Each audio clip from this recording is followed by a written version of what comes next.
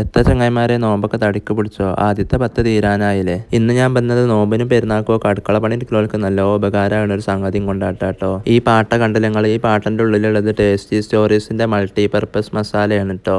ഇതിൽ ഉള്ളിയും തക്കാളിയും വെളുത്തുള്ളിയും പച്ചോളും മഞ്ഞപ്പൊടിയും മുളകുംപൊടിയും മല്ലിപ്പൊടിയും ഒക്കെ ഇട്ടാട്ടുള്ള ഒരു മിക്സ് ആണ് കേട്ടോ. ഇത് നമുക്ക് ചാറ്റിക്കൂടാ, കടായിക്കൂടാ, പിന്നെ പൊരിച്ചനയ്ക്കും അങ്ങനത്തേക്കും ഒക്കെ ഇടട്ടോ. അങ്ങനെ ഞാൻ വിചാരിച്ച എന്തായാലും ഒന്ന് കടായി ഉണ്ടാക്കി വെക്കാന്ന് കേട്ടോ. നോമ്പറക്കാൻ പത്തിരിക്ക് കടായും കൂട്ടി തിന്നാലോ. അങ്ങനെ പീടികയിൽ പോയിട്ട് കുറച്ച് കോഴി വാങ്ങിയിട്ട് വന്നിട്ട് തൊപ്പൊക്കെ കളഞ്ഞ് നല്ലോണം തേച്ചാക്കി നന്നാക്കിയിട്ട് ആ മസാല ഒരു തുള്ളിയൊക്കെ ഇട്ടെടുത്തിട്ടോ 2 സ്പൂണിൻ്റെ ഒരു പൊടി ഇട്ടോ. എന്നിട്ട് പിന്നെ ആ മസാല ഒക്കെ എല്ലാ കോഴി കണ്ടെത്തുമ്പോൾ പൊടിച്ചോളം നല്ലോണം ഇതേപോലെ അങ്ങോട്ട് കുഴച്ചെടുത്തിട്ടോ.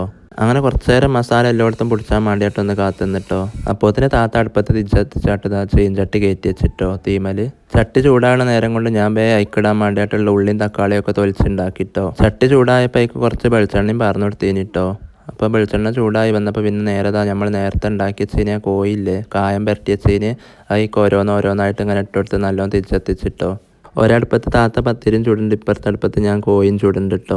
ഇതിക്ക് നമ്മൾ വേറെ ഇട്ടില്ല കേട്ടോ. ആകെ ആ ഒരു മസാല മാത്രം തേച്ച് കൊടുത്തിട്ടുള്ളൂ കേട്ടോ. കോഴി കുറച്ചൊക്കെ ഒന്ന് ഞെരിഞ്ഞ് വന്നപ്പോൾ ഞാനിതാ ചീഞ്ചട്ടിന്ന് ഊറ്റിയായിട്ട് ഓട്ടപാത്രത്തേക്ക് ഇട്ടെടുത്തിട്ടോ. ഇത് കണ്ട നിങ്ങൾ കോഴിയൊക്കെ നല്ല മട്ടത്തിൽ ബന്ധ് കിട്ടിയേന് കേട്ടോ. ഇതിക്കിപ്പോൾ നമ്മൾ മൾട്ടി പർപ്പസിൻ്റെ ആ ഒരു മസാല മാത്രം ഇട്ടെടുത്തിട്ടുള്ളൂ കേട്ടോ. കോഴി പൊരിച്ചൽ കഴിഞ്ഞാൽ പിന്നെ അടുപ്പത്ത് ഒന്നും കൂടി നല്ലോണം തിരിച്ചെത്തിച്ചിട്ടോ. തിരിച്ചൊന്ന് കത്തിപ്പിടിച്ച് വന്നപ്പോൾ തന്നെ നമ്മളിതാ നേരത്തെ വെട്ടിമുറിച്ച് വെച്ചതിന് ഉള്ളിയും തക്കാളിയൊക്കെ ഇട്ടെടുത്തിട്ടോ. പിന്നെ കുറച്ച് ഇപ്പം പൊടി ഇട്ടെടുത്ത് പിന്നെ നമ്മൾ ടേസ്റ്റി സ്റ്റോറീസിൻ്റെ മസാല ഇട്ടോ. അതൊരു സ്പൂണും കൂടി ആയി ഇട്ടെടുത്തിട്ടോ. അങ്ങോട്ട് പിന്നെ നല്ലോണം ആട്ടും ഇങ്ങോട്ടും ഇളക്കി ഈ ഉള്ളിയും തക്കാളിയൊക്കെ നല്ലോണം ബാടി വരണം കേട്ടോ. ഒരു വെളുത്തുള്ളിയോ പച്ചോളോ മല്ലിപ്പൊടിയോ മഞ്ഞപ്പൊടിയോ മുളകുപൊടിയോ ഒന്നും ഇടേണ്ട ആവശ്യം നമുക്ക് ഇതിലേക്ക് വന്നില്ല കേട്ടോ. ആകെ ഒരു നുള്ളിപ്പ് മാത്രം ഇട്ടെടുത്തിട്ടുള്ളൂ കേട്ടോ. അങ്ങനെ കുറച്ച് നേരം നല്ലോണം മൂടി വെച്ചായിട്ട് വേവിച്ചിട്ടോ. വേവിച്ച് കുറച്ച് നേരമൊക്കെ കഴിഞ്ഞ് നല്ലോണം ബാടി ബന്ധം വെച്ച് തോന്നിയപ്പോൾ ഞാനയക്ക് നമ്മൾ നേരത്തെ പൊരിച്ച് വെച്ച കോഴി കണ്ടെടുത്തായിട്ട് ഇങ്ങനെ ഓരോന്നോരോന്നായിട്ട് ഇട്ടെടുത്തിട്ടോ. നല്ല മണവും വരുന്നുണ്ട് കേട്ടോ അടുപ്പത്തുനിന്ന് ഇങ്ങനെ ആവി വറക്കുമ്പം.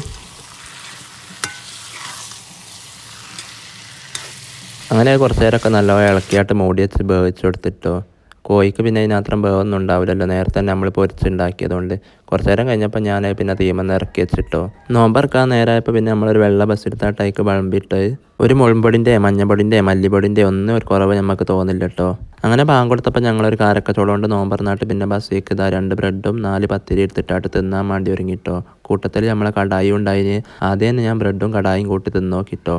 നല്ല ടേസ്റ്റ് ഉണ്ട് കേട്ടോ മക്കളെ.